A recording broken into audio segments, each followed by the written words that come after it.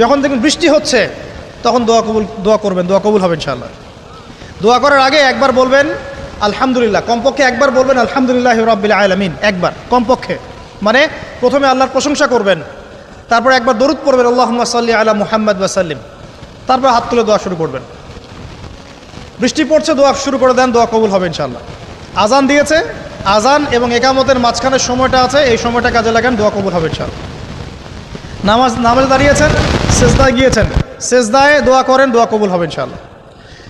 প্রশ্ন করে অনেকে যে ভাই সেজদায় কি বাংলায় দোয়া করা যাবে? হ্যাঁ যাবে, যদি আপনার নামাজটা নফল নামাজ হয়। কোন নামাজ হয়?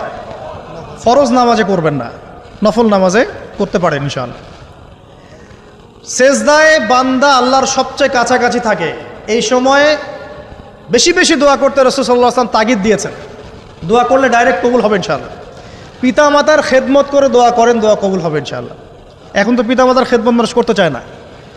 এটা সেই যুগ যে যুগে পিতা মাতার সাথে দাস দাসীর মতো আচরণ করা হয়। সন্তানরা ভুলে গেছো তোমরা যে তোমরা একদিন পিতা মাতা হবা।